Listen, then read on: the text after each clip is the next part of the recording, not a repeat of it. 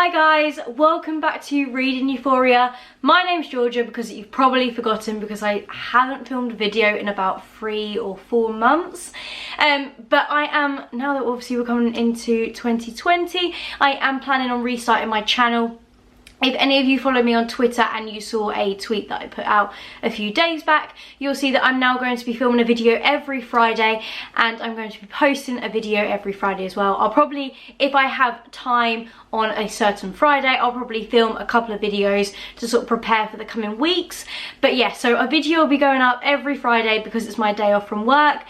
So I hope that you guys are happy to see me back. It's been of a little bit of a weird few months for me. I've been starting a new job, so everything's been really hectic, and obviously Christmas and everything like that. It's just all been a bit of a stressful life at the moment, but I do really want to start coming back to this because I have really missed it. I've missed watching booktube just as much as doing it, so I've been actually sort of starting to watch people's videos recently, and I've actually been missing doing that myself. So that is the plan. So today's video is going to be sort of my January reading plans.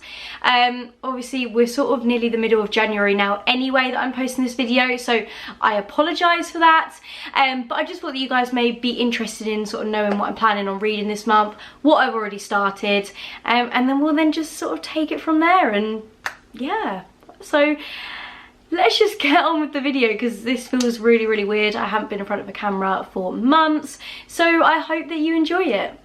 And the first book that I started to read this month, which I've already started because like I mentioned we're sort of the middle of January, is Stolen Time by Danielle Rowlands. This book is sort of a time travel mystery. It follows the character of Dorothy, who I believe is from like the 1900s, I think it's like 1913 or something like that, and she's basically sort of set up to marry someone, but her mum, I think that they're sort of basically conning him into marrying her, and they're gonna sort of nick all of his money. And then when she's then running away from her wedding that she's about to have, she meets a character called Ash, and he's basically a time traveller from the, I think it's the year of 2077. So I'm not 100% sure where the plot is going completely, but it's all to do with sort of different time zones, going back in time. I believe that the professor who sort of invented time travel is missing at the moment, so I believe it's probably going to have something to do with trying to find him.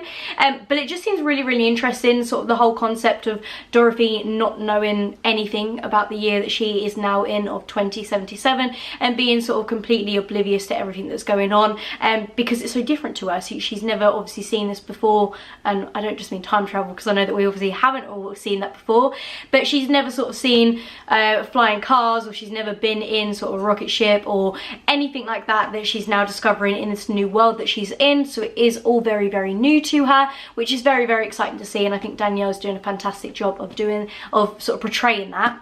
I am about 100 pages in, so I'm gonna plan to sort of try and read a lot over the weekend, and I really want to get through this one because I am really enjoying it, and I want to sort of see where the plot goes next. The next book that I'm planning to read this month, which is part of the reason why I want to try and get through my current read, and that is One of Us Is Next by Karen M. McManus. This is the sequel to One of Us Is Lying, and I am so desperate to get to this one, not get through it. I just probably want it to go on forever, but I absolutely loved One of Us Is Lying. It is one of my favourite books ever. I have recommended it to so many people, and this is, like I said, the sequel to it. I'm not 100% sure where she's now going with the plot. I believe it's sort of following different characters that weren't sort of the main characters in One of Us Is Lying. I think it's sort of like one of their sisters, so I'm not 100% sure where it's going, but with my mysteries, this is what I like to do. I don't really want to be knowing the plot before I go into it, because otherwise I'm sort of predicting in my head what's going to happen and trying to sort of plan it out for these characters, which I really don't want to do with this one. So I am so excited. I hope that you can sort of tell how excited I am about this one. But yeah, I'm planning on getting to this next after I finish my current read. The next two books that I'm planning on reading, and I don't know how I haven't got to this one yet, but it's The Hazelwood by Melissa Albert, and then today, or yesterday, I received the pre-order of The Night Country by Melissa Albert, and I believe that that is the second one to The Hazelwood. So yeah, like I said, how I haven't already read The Hazelwood, I have no idea, but because I have now received the second one, it's sort of given me a little bit of a boost to read the first one. So I'm planning on reading both of these this month.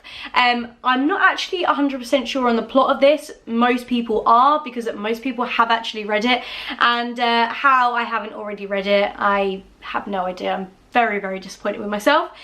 So I'm very much planning on getting to these two this month, and I hope that I enjoy them just as much as everyone else. Those 4 books will probably be sort of my reading plans for this month, because I don't want to sort of over predict what I'm going to read and then feel like that I've let myself down because I haven't managed to sort of read 10 books and I've only read 4. So that is sort of what I'm predicting. If I do fly through those though, I am going to reread Truly Devious and The Vanishing Stair by Maureen Johnson, because A Hand on the Wall, I think that's what it's called, is coming out in February. I have the release date for that. I've got it on pre-order.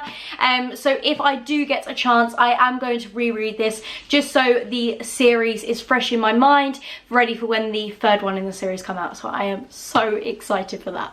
So those are my reading plans for January. I also just wanted to say, obviously I haven't been on booktube for a while, but the book that I read before my current read was Children of Virtue and Vengeance by Tommy Adeyemi. This is the 2nd book to Children of Blood and Bone, and oh my god, it was absolutely bloody brilliant. So I just want to say that if you haven't read the series, or you've read the first one and you're sort of on the edge and you're not really too sure about this second one, then I would then highly recommend that you read this one, because I give this book 5 stars and it was just absolutely brilliant. My boyfriend actually brought me the first one in the series, and the only reason why I didn't buy it myself because I didn't know if I was going to like it, and I wish that I'd have bought it sooner because it is absolutely brilliant. So I highly recommend that you guys go and read. So that's it for me today. Quite a short video, just sort of getting back into the swing of things, but I hope that you guys enjoy the fact that I'm back on booktube, and I look forward to my next video. Bye!